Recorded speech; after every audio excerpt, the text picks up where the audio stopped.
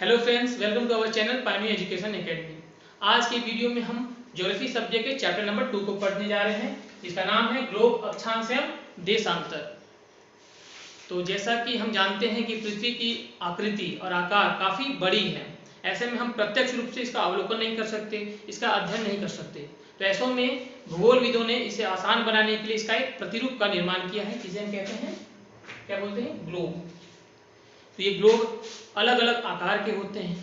इनमें से कुछ इतने छोटे होते हैं कि आप इसे क्या कर सकते हो, पॉकेट में आसानी से ले जा सकते हो कहीं, या फिर आप गुब्बारा में हवा भरकर इसे बड़ा भी बना सकते हो। तो मैं आपको एक छोटा सा नमूना दिखाता हूँ ग्लोब का।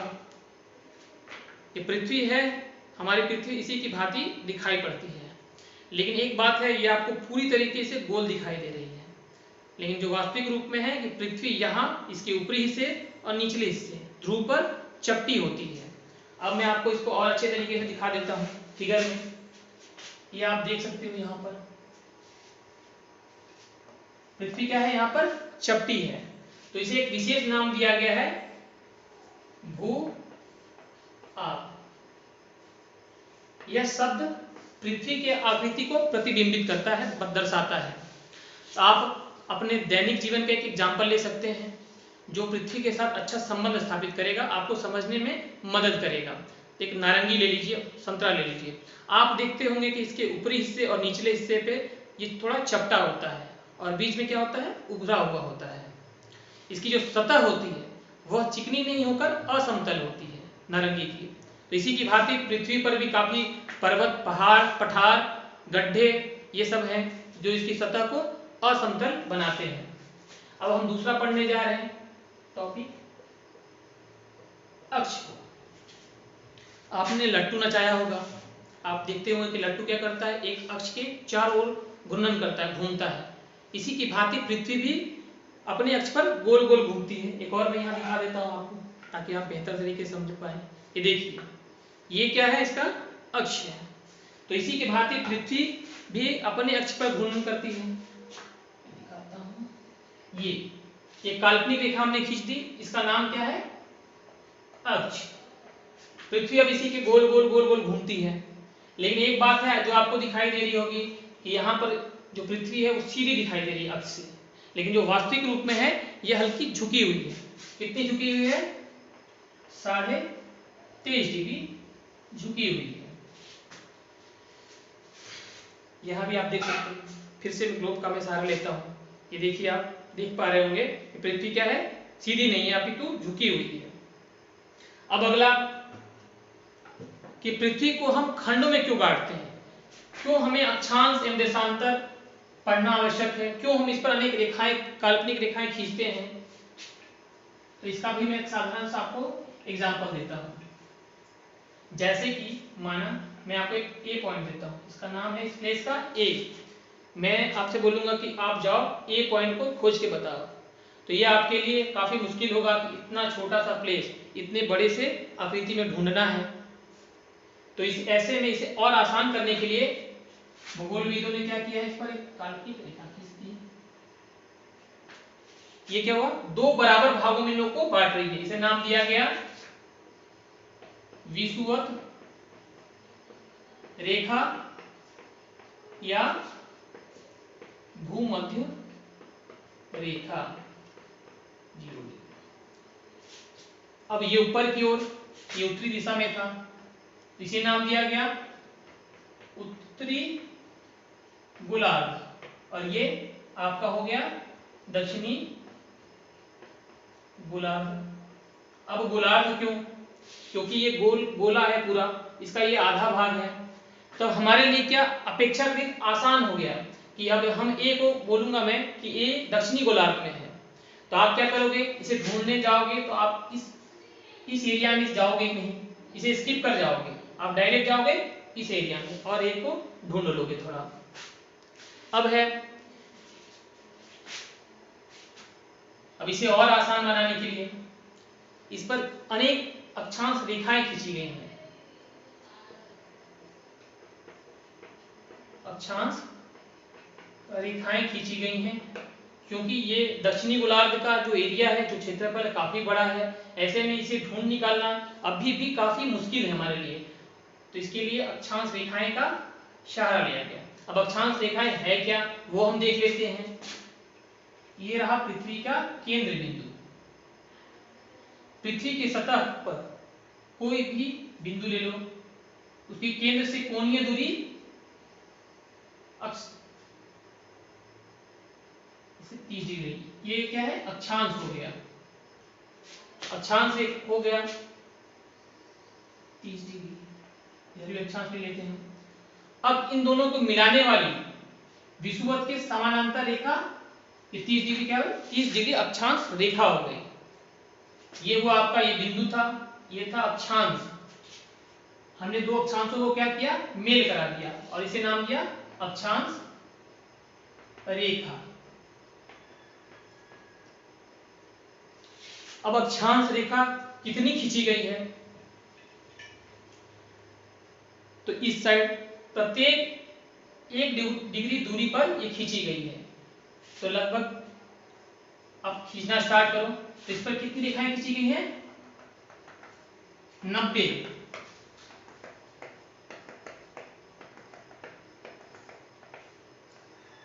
ये 90 डिग्री के पास खत्म होता है। तब आपका प्रश्न उठेगा कि 90 ही क्यों, इससे अधिक क्यों नहीं। जैसे मैंने बताया था कि ये क्या बिंदु पृथ्वी के सतह पर कोई भी बिंदु की कोणीय दूरी कहां से पृथ्वी के केंद्र बिंदु से वो अंश कहलाती है। तो जो आखिरी इसका जो मैक्सिमम होगा ये कितना होता है 90 डिग्री।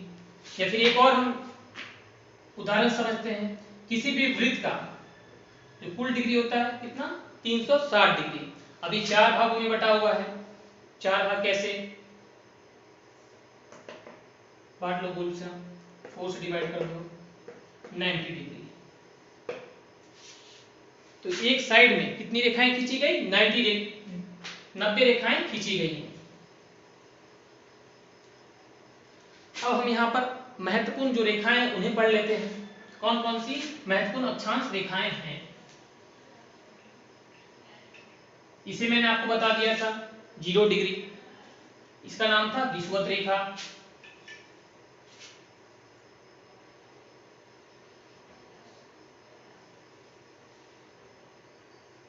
ये 23.5 डिग्री पर दक्षिणी अक्षांश में है, दक्षिणी अक्षांश रेखा।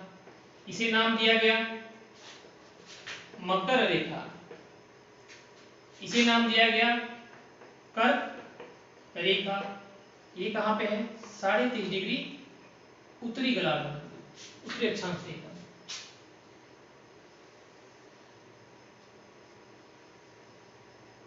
ये 66.5 डिग्री दक्षिणी ध्रुव वृत्त, ये 66.5 डिग्री पर 66.5 डिग्री पर इसका नाम दिया गया उत्तरी ध्रुव वृत्त। जो आखिरी या बिंदु था इसे नाम दिया गया उत्तरी ध्रुव, यहां पर 90 डिग्री पर दक्षिणी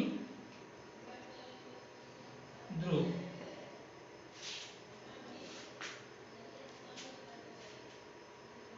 अब हम आगे बढ़ते हैं, पृथ्वी के जो महत्वपूर्ण ताप कटिबंध है उसे पढ़ लेते हैं। उसे जानने से पहले एक बात जानते हैं, ये क्या हो गई मकर रेखा, मकर रेखा, और ये आपका कर्क रेखा। जो हमारा सूर्य है वो मकर रेखा से स्टार्ट करता है तो फिर कर्क रेखा तक जाता है, फिर कर्क रेखा से वापस मकर रेखा की ओर लौट जाता है। तो ये इसका जो घूर्णन पूरा क्षेत्र है ये इसी के बीच में सीमित रहता है, यानी वह क्षेत्र है जहां वर्ष में कम से कम एक बार सूर्य ठीक सर के ऊपर होता है। इसलिए इसे अत्यधिक मात्रा में क्या होगी ऊष्मा की और प्रकाश की प्राप्ति होती है। तो इसे नाम दिया गया उष्णकटिबंध, उष्णकटिबंध। ये जो पूरा जोन क्या हो गया कर्क रेखा से मकर रेखा तक का जोन क्या है उष्णकटिबंध। अब इस क्षेत्र की ओर आते हैं, मकर रेखा से दक्षिणी ध्रुव वृत्त तक ये क्षेत्र, और इसमें ये क्षेत्र। यहां सूर्य की जो रेखाएं हैं वो तिरछी होकर पहुंचती है। ऐसे में इसे ऊष्मा और जो प्रकाश की प्राप्ति होती है उसकी आवृत्ति मध्यम होती है। यही कारण है इसे क्या कहा जाता है, शीतोष्ण कटिबंध। शीतोष्ण कटिबंध। अब हम आखिरी क्षेत्र है इसकी ओर देखते हैं, इसे क्या कहा जाता है। तो यह वह क्षेत्र है जहां ये सूर्य क्षितिज से ज्यादा ऊपर नहीं उठ पाता। ऐसे में जो ऊष्मा और प्रकाश की प्राप्ति होती है वो अत्यधिक कम होती है, तो इसे कहा जाता है शीत कटिबंध। ठीक है, हमने अब तक यहाँ की पढ़ाई कर रखी है, कर ली हमने यहाँ। अब हम आगे बढ़ते हैं।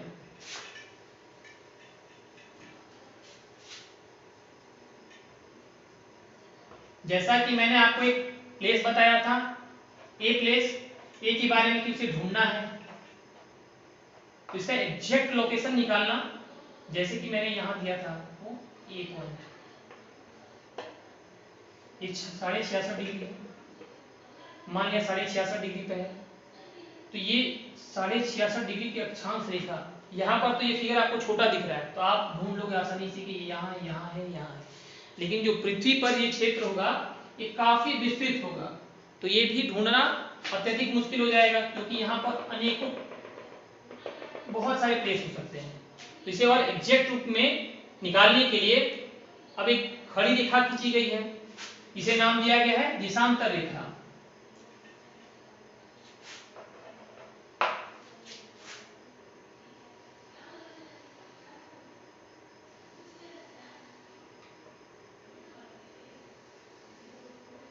इसे नाम दिया गया है देशांतर रेखा।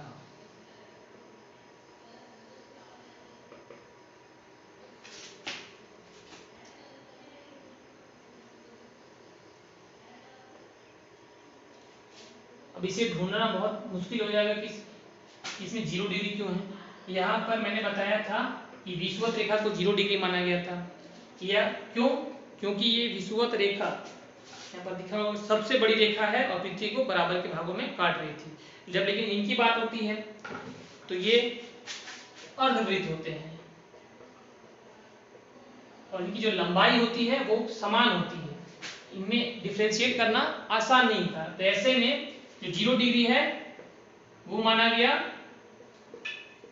ग्रीनिच, ये लंदन का राजकीय वेधशाला था, वहां से गुजरने वाली देशांतर रेखा को 0 डिग्री देशांतर रेखा का नाम दिया गया। अब मैंने बात बताया था कि हमें क्या निकालना था, ए का एग्जैक्ट पॉइंट निकालना था। अब इसे मान लिया 0 डिग्री, ये इसलिए मैंने खींचा क्योंकि ये ग्रीनिच रेखा कहां से गुजरा था, ये गुजरा था लंदन के राजकीय वेधशाला से।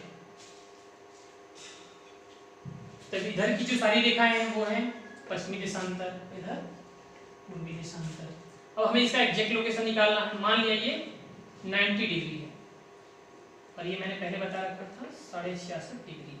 तब ये एग्जैक्ट लोकेशन क्या होगा, 66.5 डिग्री दक्षिणी अक्षांश और 90 डिग्री पश्चिमी देशांतर।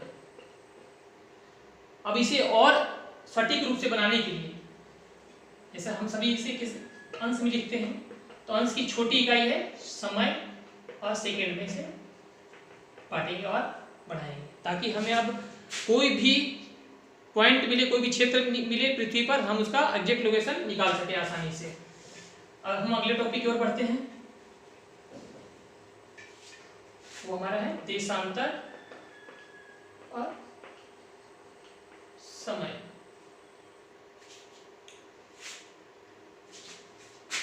समय ज्ञात करना हो तो उसमें जो सबसे सहायक होता है सूर्य, चंद्रमा और ग्रहों की गति।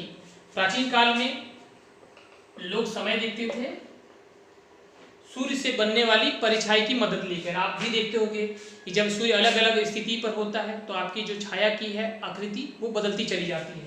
तो यही मत जलघड़ी इस आकृति को दिखाती थी, छाया को, और इससे समय ज्ञात कर पाते थे। तभी क्या होता है एक याम्योत्तर, एक देशांतर। इस पूरे देशांतर पर तो एक हमने ले लिया 0 डिग्री, तो इस पूरे देशांतर पर सभी जगह एक ही समय होगा।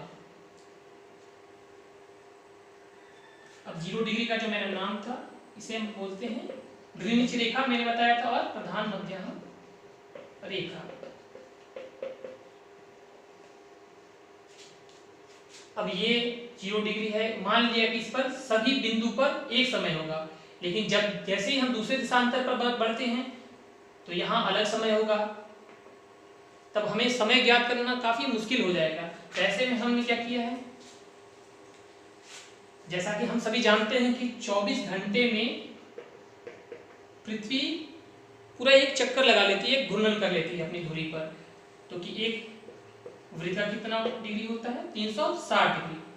तो हम 1 घंटे में देखते हैं 24 घंटे में 360 डिग्री, तो 1 घंटे में 15 डिग्री। अब 1 घंटे में कितने मिनट होते हैं 60 मिनट। 1 घंटे में 60 मिनट, तो 1 डिग्री घूमने के लिए कितने मिनट की आवश्यकता पड़ेगी 4 मिनट की। पृथ्वी कितने मूव करेगी 4 मिनट में 1 डिग्री मूव कर जाती है, ये हमने जान लिया। तब अलग अलग समय है, तो हम जो मानक समय लेते हैं वो कहाँ से डिसाइड करते हैं, वो ग्रीनिच रेखा से डिसाइड करते हैं। जैसा कि हम सभी जानते हैं कि पृथ्वी कैसे मूव करती है, पश्चिम से पूर्व की ओर, पूर्व की ओर। जैसे कि ये सूर्य हो गया, ये हो गई आपकी पृथ्वी, ये सूर्य, ये आपकी पृथ्वी, ये पूर्व का साइड है और ये पश्चिम साइड है। इससे सबसे पहले रोशनी पड़ेगी, वो कहाँ पड़ेगी पूर्व पर। तो इसके बाद जैसा कि मैं बता देता हूँ आपको, से ये लाइट पड़ रहा है यहाँ पे, ये हो गया आपका पूर्व का दिशा और ये पश्चिम का। सबसे पहले जो लाइट इधर से आ रही है यहाँ पड़ेगी, उसके बाद ये मूव करते करते आएगा तो फिर पश्चिम की ओर पड़ेगी। ऐसे में इसे मानक रेखा बनाते हुए ग्रीनिच रेखा को हम डिसाइड करते हैं कि ये इधर का समय वो आगे होता है और इधर का समय पीछे। ठीक है, अब हम आगे बढ़ते हैं। इतना बड़ा क्षेत्र है, जैसे कोई एक देश हो गया, आप ले लो हमारा इंडिया ले लो, कि मानक समय की आवश्यकता क्यों पड़ती है। मानक समय की आवश्यकता क्यों, जो हमारा पृथ्वी का पूर्वी देशांतर और पश्चिमी देशांतर का जो डिग्री है वो 68 डिग्री 60 है और 97 25, लगभग इसमें कितने डिग्री का अंतर है 30 डिग्री का अंतर है। तो जैसा कि मैंने बताया था कि 1 डिग्री पर कितने मिनट का अंतर हो जाता है 4 मिनट का अंतर हो जाता है। तब 30 डिग्री पर कितने मिनट का अंतर हो जाएगा 130 मिनट का। यानी कि हमारे जो भारत का नक्शा है, इस बिंदु और इस बिंदु में जो डिफरेंस होगा वो कितने घंटे होगा 2 घंटे का। यानी यदि यहाँ 10 बजेगा तो फिर यहाँ 12, ये 2 घंटे का अंतर होगा। सॉरी 10, ये 12, 2, ये पूर्व की साइड है इसलिए ये आगे है 2 घंटे। तब इसके लिए एक मानक समय का निर्धारण किया गया है ताकि जो पूरा एक देश हो उसका एक समय हो। इसके लिए सीधा बीच में रेखा खींची जाती है और इसका एक मानक समय निर्धारित किया जाता है। जैसे हमारे भारत में 82.5 डिग्री, ये दोनों क्या है 68, 60 और 97 25 का बीच का पॉइंट है। अब यहाँ जो समय होगा वो इस क्षेत्र के लिए भी समान होगा और इस क्षेत्र के लिए भी समान होगा। ठीक है, अब मैंने बताया था आपको कि जैसे भारत है, इससे कितना आगे होगा, इसका समय भारत ग्रीनिच रेखा से कितना आगे होगा। तो आप डिफरेंस लगा सकते हो 0 डिग्री। हम क्या करते हैं, हम ग्रीनिच रेखा से जो भारत का समय है उसका देख लेते हैं डिफरेंस कि ये कितना आगे है इससे, प्राइम मेरिडियन लाइन से, प्रधान मध्याह्न रेखा से। तो मैंने आपको बताया यहाँ पर 82.5 डिग्री इसका मानक समय निर्धारित करता है। तो जो प्रधान मध्याह्न रेखा है वो है 0 डिग्री पर। अब इन दोनों के बीच का जो डिफरेंस है कितना है, 82 डिग्री, 82.5 डिग्री है। तो 15 डिग्री का 1 घंटा, 1 घंटे में कितना डिफरेंस होता है, 15 डिग्री का। तो 82.5 डिग्री का कितना डिफरेंस होगा, 5.5 घंटे। तो हमारा जो भारत का समय है वो प्राइम मेरिडियन रेखा से कितने आगे है, 5.5 घंटे का आगे चलता है। तो बस इतना ही। अगले वीडियो में हम अगले चैप्टर के साथ मिलते हैं। Thank you, have a nice day.